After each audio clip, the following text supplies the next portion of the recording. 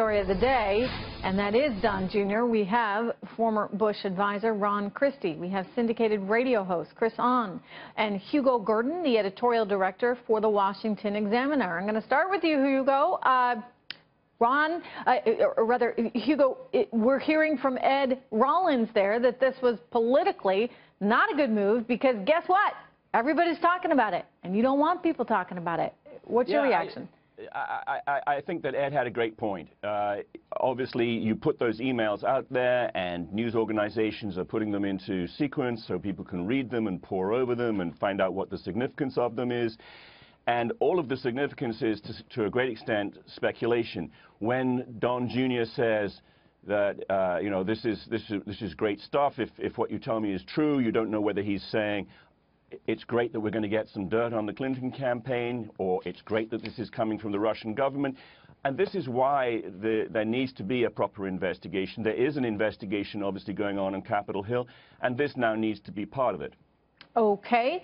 So there is an investigation going on, and by the way, Susan Collins, the senator from Maine, Ron, has said she would like Don Jr. to testify, and that was before these emails came out. Is there a method to the madness here? I mean, why do you think he did this when so many people politically would have told him don't? Well, good afternoon to you, Trish. I think he wanted to get out ahead of the story, and I think he wanted to control the narrative in the way that was best for him to try to contain some of the damage. There's no question this is really distracting the administration.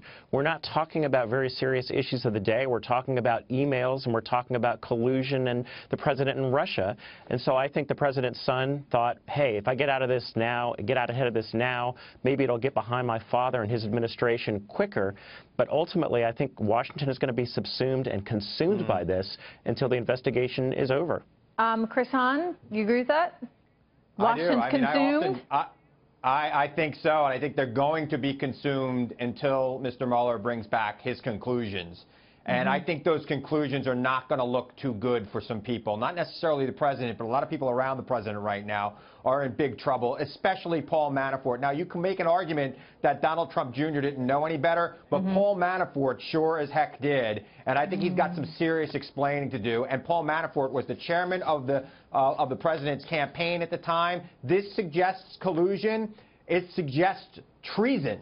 And I think people need to be very careful here in the Trump administration and people around him right now. Wow. There are 5 separate sets of lawyers that are all advising their clients on different things, and they are not aligned in the interest of the president or in the interest of the country.